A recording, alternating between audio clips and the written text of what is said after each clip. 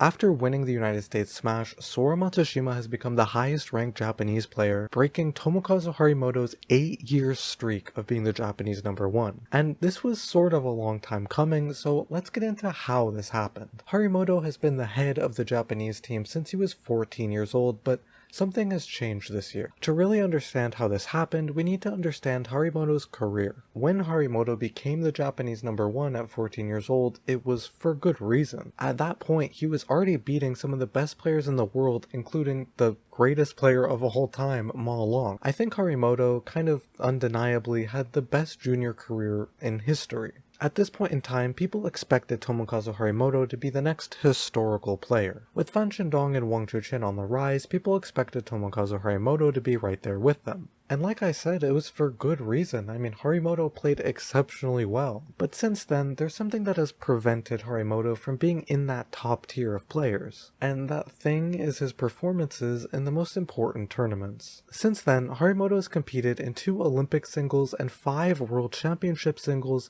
but hasn't medaled in any of them. But it's not necessarily because of a lack of skill. At the World Team Championships in 2022, Harimoto showed that he does have the skill to beat the best in the world. In probably the best tournament of his career, he beat Fan Zhendong and Wang Chuqin when he went against the Chinese team. And even though he beat the 2 best players in the world, he still didn't advance in the tournament. None of the other players on Team Japan were able to win a match against the Chinese team, so Harimoto's best performance of his life ended up not mattering. But at the very least, it made it clear that he should be able to win or at least medal in these important tournaments. But over these past 8 years, it's hard to say what's been stopping him. He clearly has the skill set to compete, but he just continues to get upset in each of these big events that he plays. And he's still very skilled and only 22, but the way his junior career played out, it seemed like he could have been the next Ma Long. And so over the past couple of years, where it feels like Harimoto has begun to stagnate, Sora Matsushima has begun to rise. It really began last year when Sora won Champions Frankfurt, made the finals of Champions Montpellier, and also had an impressive run in the China Smash. But during the WTT finals was where things really began to change because Sora had a 3-1 lead over Wang Chuqin. But over the course of 2025, Sora had shown that he struggled with keeping a strong mental game, and that became very apparent in this match when he lost despite having a very big lead against Wang Chuqin. And despite his loss, people started to really recognize how big of a threat Sora was at just 18 years old. But Harimoto responded very well to this because he won the finals, beating Truls Morregard in the last match. And so once again, Harimoto showed that he can beat the best in the world. But this year saw the real shift of the Japanese team. Sora realized the potential that we all saw in the WTT finals and actually won against Wang Chuqin and champions Chongqing. And not even a month later, he got to the finals of the World Cup to go against Wang Chuqin again. And Sora was able to get a 3-2 lead against him, but once again the lead slipped away. And despite the disappointing loss, he made the finals of the World Cup. You compare that to Harimoto, who couldn't even make it past the quarterfinals this year, and the difference starts to show itself. But it really all came down to the tournament that changed everything, the United States Smash. The previous year, Harimoto made it to the finals of the US Smash, so a lot of his world ranking points were riding on him doing well again. But that's not what happened, and he went out in the round of 16 against Vladimir Sidorenko. But Sora did see a good result this year.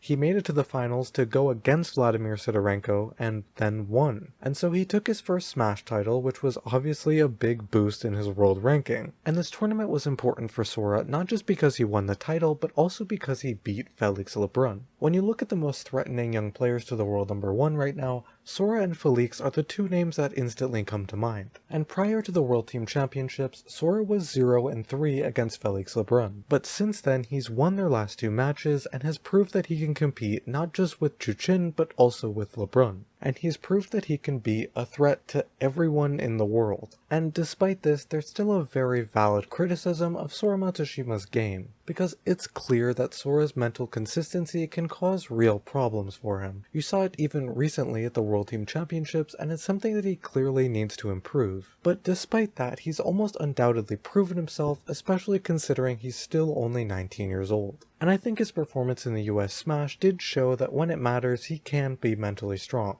But there's a clear, positive trajectory for the future of Sora's career, and it's hard to say the same about Harimoto. Like I said, the thing holding Harimoto back has been his inability to get big results, and Sora is still sort of untested there. With the World Championships coming up next year, it'll be a prime opportunity not only for Sora to prove himself, but for Harimoto too. And with so much of the year left, who knows what Sora's world ranking could be by the beginning of next year. He's already the world number 3, and when he's mentally in his zone, he looks kind of unstoppable. With his win against Jushin and his recent wins against LeBron, his case for being the next world number 1 are very strong. You could even argue that right now he is the best player in the world. But like I said, the World Championships next year will be the thing to really put Sora to the test.